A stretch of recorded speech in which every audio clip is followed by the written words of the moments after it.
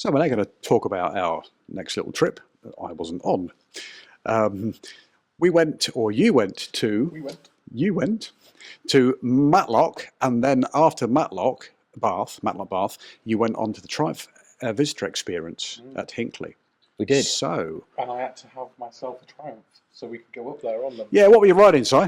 So I was riding Triumph Speed Triple 1200 RR, and I will say right now, I am not a sports bike fan. He's not a sports bike fan. Do not let me ride it either.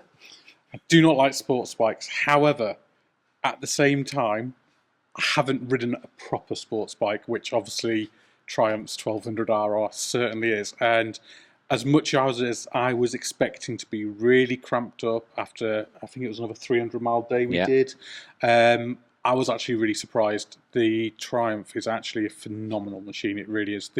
It looks stunning with that circular headlight, almost calf racer style. And while you're in the position where you want to be laid over that fuel tank, I actually didn't feel that I had to. I could sit up a little bit, and it had cruise control on it, which I really didn't expect from a super bike like that. And I was even more surprised, and I think you guys were really annoyed over the intercom when I said it had heated grips. Yes. So you're a cruiser fan. You're not a sports bike fan. Did you grin during the day? No. Yeah, I did. You were dreading it, really, but I think you were very, very surprised, weren't you? I was genuinely dreading it, but I was genuinely surprised that actually, if someone offered me one tomorrow to do a ride on, I would, and I wouldn't go into it with dread. It's just a phenomenal bike. It really is. And coming into the office to meet you guys in the morning, it was foggy, and I was thinking this isn't going to be a fun day of filming.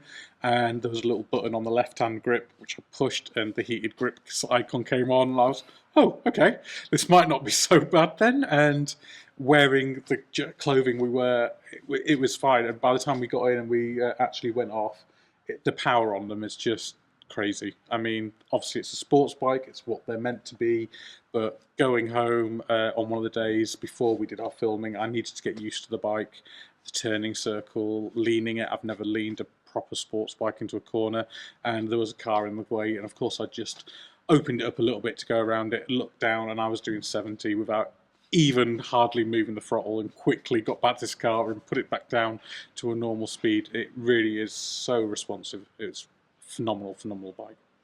Triumph did a great job. Brilliant. Now, John, what were you riding? Oh, God. It's like Christmas sometimes when you come in the office. You were riding a sleigh? I was not riding a sleigh. I was riding a beautiful CCM Tracker. It's absolutely stunning as far as I'm concerned. Everybody has their own thoughts on things, but I looked at that and it was just phenomenal. 600cc, single cylinder, single seat, draped in carbon with 17-inch Dimag alloys and beautiful road going tyres, sort of semi-cut slick tyres, and a very small fuel tank, annoyingly. Yes. Very small fuel tank, but flat handlebars, tiny little dash screen, lovely round headlight, and nothing else. It had the smallest indicators and rear lights that I think I've ever seen on a road legal bike. In actual fact, the rear number plate light was brighter than the rear lights and the indicators. But I couldn't see them, they were behind me, so I didn't care. Because the sound of the machine, the vibration of that machine, of that CCM 600cc single, through the handlebars, the seat, the foot pegs, it was just joyous. It was purely, I was grinning from ear to ear for two main reasons. One was the bike itself. You could chuck it into a corner. It was like a scalpel. It was that sharp. You had to push it through the corners, because if you didn't, it felt like it wanted to turn in too tight. So you had to really ride it through the corners. And its torque level, you had to be up above about 1500, 2000 RPM, and then the torque really kicked in from that 600 single, and it wanted to go. It would be a very easy way to lose your license. The second reason is because every time I accelerated, it deafened Si on the intercom because you could hear it through the intercom. I'd got earplugs in. I did thick a walk old around earplugs video of this before you set off. And Yeah. it did half sound good, didn't it? Oh, it absolutely just- dripping in carbon and goodies. And Yes. But my only complaint was, you know, you buy a bike, you like to bolt things on. This had everything already bolted on. Yeah, but what it didn't have was everything that you'd kind of expect from a modern bike, because it's a small run, hand-built bike in the UK. Didn't have cruise control, didn't have ABS, anti-lock brakes. It's modern technology, but old school riding. And done well. And done stunningly well. Yeah, if I had a complaint about the bike, it would be the size of the fuel tank. But then, you're not buying this CCM to do 300 miles. No. You're buying this CCM. You're not buying this bike to do a run to and from work. It's not a commuter bike. It's not a touring bike. It's a piece of automotive pornography on two wheels. Yeah. It's stunning. I would put that in my living room and move the TV. That's what I'd do with it if I wasn't riding it. It's just beautiful. And I think I might stop gushing now. It's bloody gorgeous. I think John, I like the CCM. Right, so moving on to Andy. Andy, what were you riding? I had the new Royal Enfield Himalayan 450. Now that turned a lot of heads, I think, during the day, didn't it? We were expecting the Himalayan to turn the most heads, but actually I think CCM turned slightly more. But I would agree with it that. being the brand new 450 Himalayan, it's the bike that everyone has been waiting for, I think, this year. Yeah, it has. And we didn't get to ride it. No. So Andy, It was awesome to selfish man. ride. What did you think about it? I loved it. I've ridden the older version of the bike, and this is a massive, massive step forwards for Royal Enfield. And the other thing that I thought was really cool riding this bike in a sort of price point place, the two bikes that I was riding with come in 18, 16, I think, somewhere around there. 12 and a touch. Yeah. And this just didn't feel out of place on the road, kept up. It's such a smooth engine, it's lovely to use. The height's nice. We touched on adventure bikes earlier. It's great having that, like, being able to look over the hedges and that sort of thing. And around Lincolnshire, that suspension works brilliantly. It's got all the modern features on it that you could possibly expect. LED lighting throughout, and then it looks stunning as well. It's reasonably comfy to ride on. It's all right. And then you've got various things you can hook up your phone and get the GPS on, and it was just a very pleasant bike to ride. So where was the price point for that Himalayan? They do three different versions. They do one at about 5.7, one at 6, and one with tubeless tyres just over 6. So it's incredibly competitive. really that is good. A lot of bike for your money. With I some mean, great colour scheme options within each of those price points for it. when I saw this Himalayan, I'd obviously seen the older model, which you talked about. When I saw the new one, it was just like, oh, wow. Yeah. Different. It was just really, really nice. And the colour was stunning of that It's bike. also built really well and sturdily. It's metal throughout, and so you can really use this thing off-road if you want to, or you can just enjoy that off-road look if that's your thing. Didn't you say as well you took your daughter up to the bike shed on it? Yeah, we went up to London on it. That was quite an experience, a long day in the saddle, but it did it, and it does motorway superbly.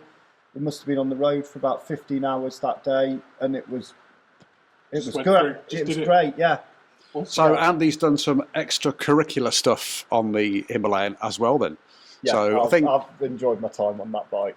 that's the beautiful thing about motorcycles, isn't it? All very, very different bikes, very different, pluses for these bikes. The looks of the CCM and the sporty that's feel what we wanted and as well from these videos. practicality. We wanted different bikes, not all adventure or all sports bikes. We wanted to show, as anyone does when you go out with a friend, You don't all have the same bikes. And I think it's shown us as well not to be afraid to try different genres of bike. I mean, you've never been a sports bike fan, but you jumped on that and loved it. You know, you've never ridden a cruiser, but you really enjoyed that experience as well. Yeah, when we went to Norfolk, I really enjoyed the cruiser.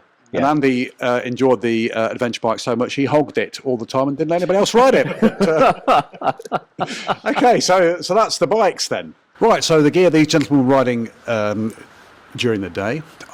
Simon, you had the Roadskin on and the Hood motorcycle jeans, as did Andy. Now, Andy, you've never sort of worn Roadskin before. We'll start with that. What did you think? I absolutely love the hoodie, Mark. It's comfortable. It's a cool piece of kit. It's easy I know what you mean, mate. And then there's a few really nice features as well. You've got armour throughout, including on the back. The hood that you can take off, that's great. And then you've got some internal pockets as well. It's just a great, useful, versatile piece of kit. And it is quite showerproof as well, having tested it over the last month a little bit. Which is really great for our weather. Have you ever had the Hood motorcycle jeans before? I've never had Hood motorcycle jeans before, and these are great. They're very, very soft and comfortable.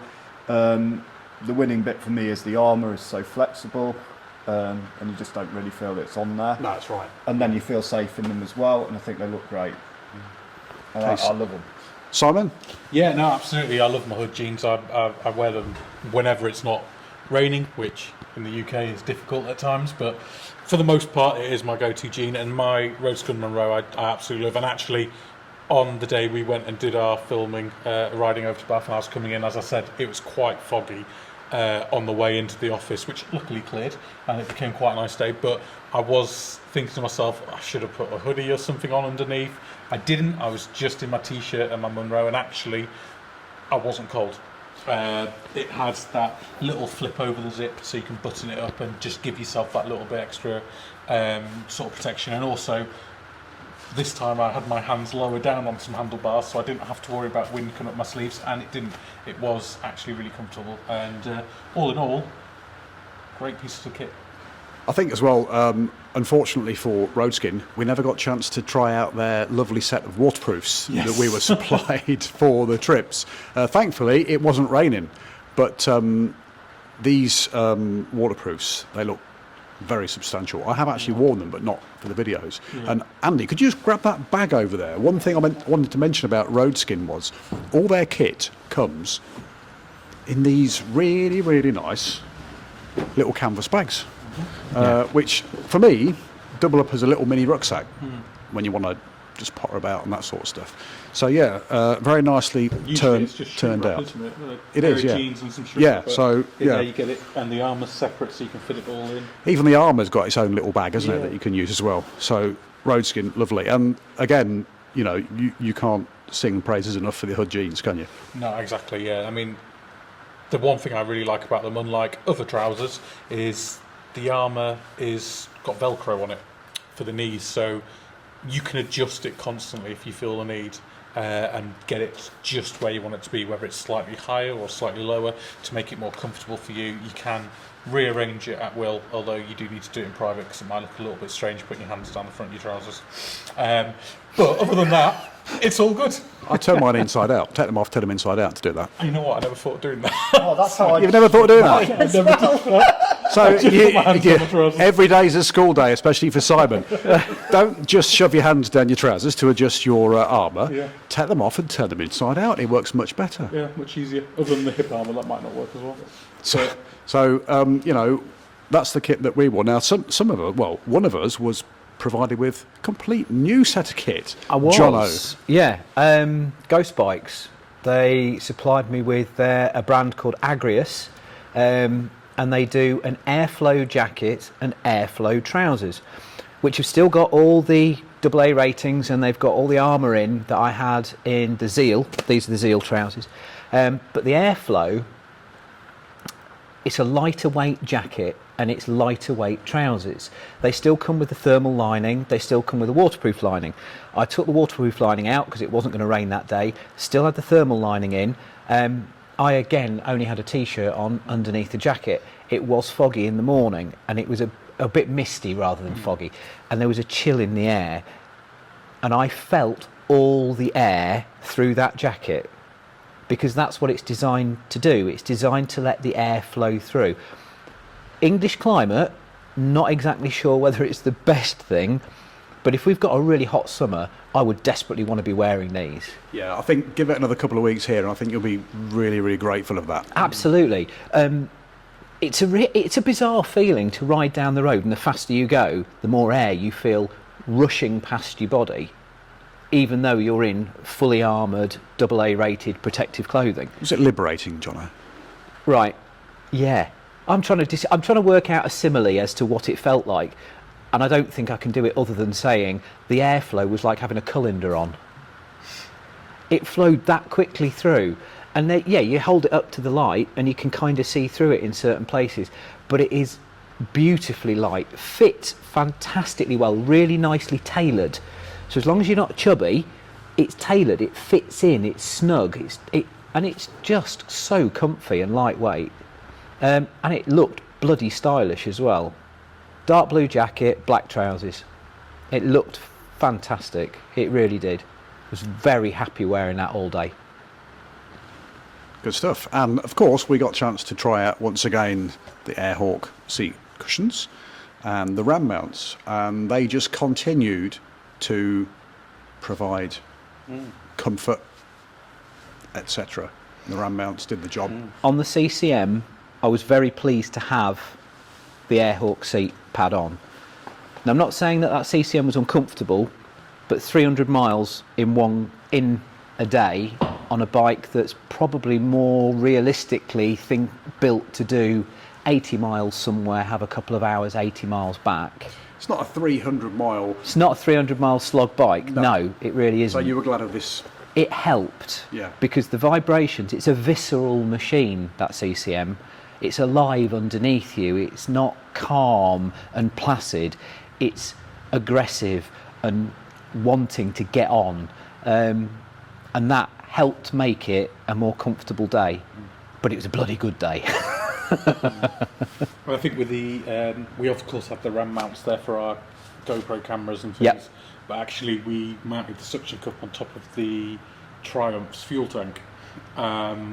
I think as well, I put it on there thinking won't be an issue if it isn't secure, but actually it didn't move the entire journey, including on the motorways where we were doing in 70 miles an hour at several points, other than when there was those roadworks, and I think we were down to about 30. 40. Yeah, that was fun. But anyway, and hopefully it will be seen in the footage as well, the sort of position just over the top of the windshield almost felt like you were watching the TT or a GP race where that camera mount is just above the windshield. But it was so secure, and I think I checked it once just to make sure it was still in place the entire day, and it was a 9-hour day I think we did. Yeah. Other than that, I did not adjust it, move it once because I did not need to. But they're so easy to swap from bike to bike. Yeah, yeah. Yeah, they're secure. Yes, you need a spanner, but they're easy to swap over. But absolutely. goddamn secure. Seriously. Really good. They're not going to fall apart. They're solid metal, but they're so easy to adjust and get exactly in the right position. The perfect angle. So thank you, Sport Touring, for providing the Airhawks and the ram mounts. Absolutely. Now the destinations then, Matlock Bath first of all. Now I've been there before, went there for honeymoon, would you believe? Decent curry house there that I know very well. Nice. So what did you reckon to the place then? I mean, when we were coming up with the ideas, us two, about places to go, we sort of were thinking, where can we go? And if you guys have any suggestions, please let us know for next year. But Matlock is one of the destinations I've heard several times as a place you have to go. Matlock Bath. Yeah, and my word, as we got closer, we were just stunned, I think all three of us, by just the rolling hills, the forests coming down the roads, and then when we actually got into Matlock Bath properly, it was just bikes and calves. It was very rustic, but the views were still there wherever we were, and pulling up alongside other like-minded bikers was so nice just to sort of take that time to get off the bike, relax, get an ice cream, have some fish and chips, as I think you did, didn't you? Yeah. Oh yeah. And enjoy the scenery of where we were. But you enjoyed the ride into it, and then you enjoyed being there as well, before you then sort of had that journey out again and the same sort of scenery. I mean, I don't know what you guys thought. Andy, what were the fish and chips like? They were bloody good. And I think one of my favourite bits about beyond the roads into Matlock, and it was a very picturesque town, but it was also like you arrived, parked up, and there was a collection of bikes there, and the bikes were, there was every sort of bike you could possibly imagine. You could go spotting as a classic lover or like a cruiser lover. There was everything there to see.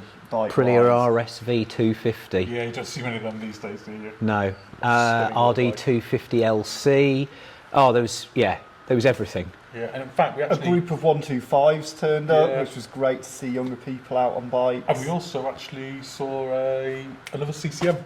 We did. Yeah, we were both like, oh my God, that's another CCM, which was really great to see. Yeah, and there was a big bunch of bikers turned up while we were there, and they were from the Boston area, a charity called Mental Riders. Yeah, we actually met them at Newark, didn't we, before we did. There. Yeah, we met them at the KFC car park at Newark. These are the guys that are raising awareness of mental health in everyone, not just men or not just motorcyclists. And not just motorcyclists, broad spectrum across everything. If you've got mental health issues, they are there to help and support and point in the right direction.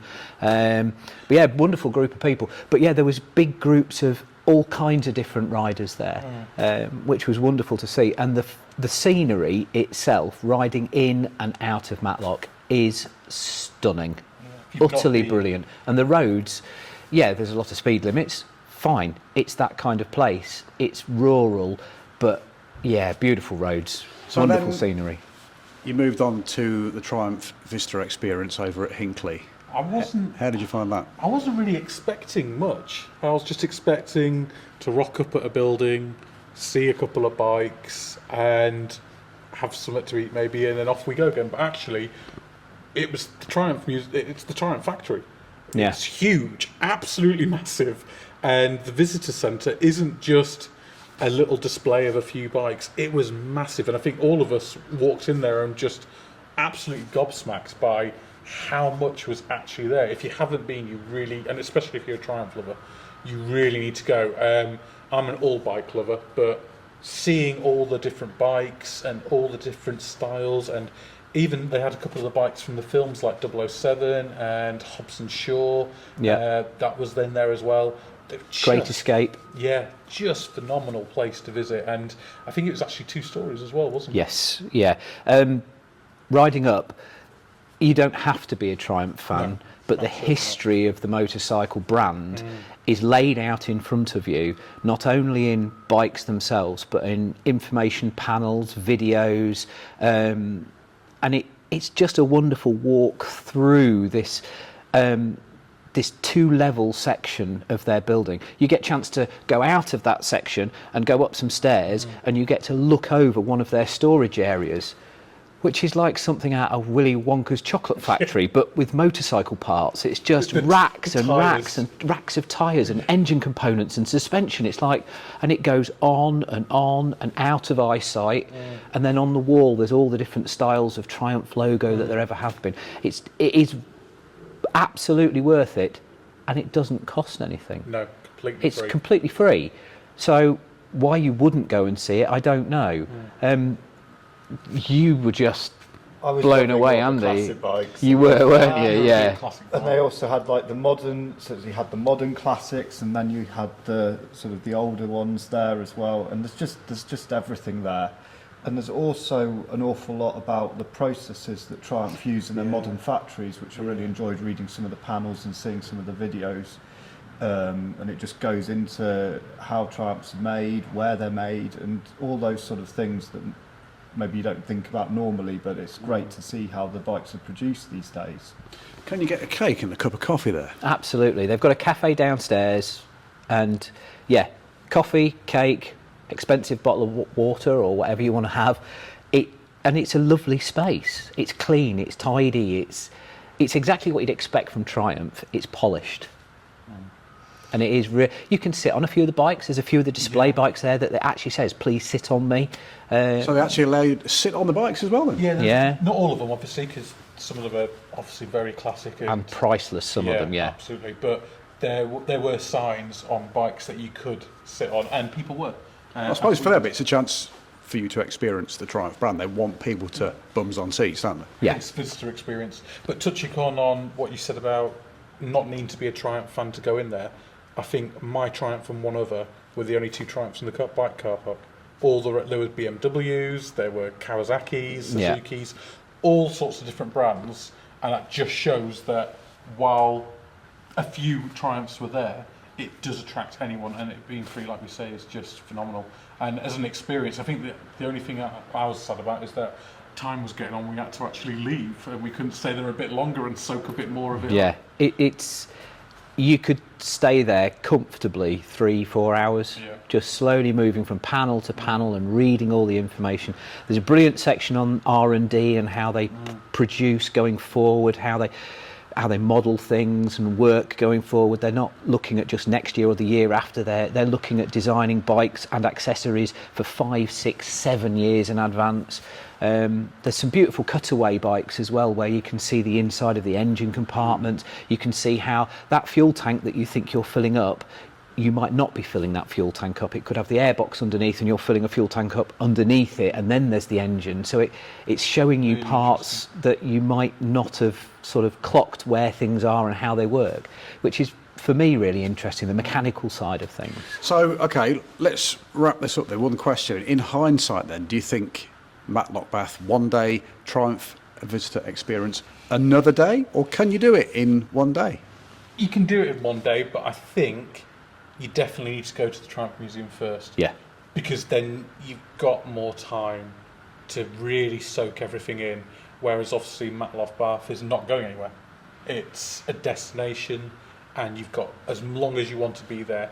Obviously, being the visitor experience, they do have opening and closing times as the staff are there, whereas Matlock Bath is a destination and doesn't have a closing time. So if I was to do it again, I think I'd do it the other way around.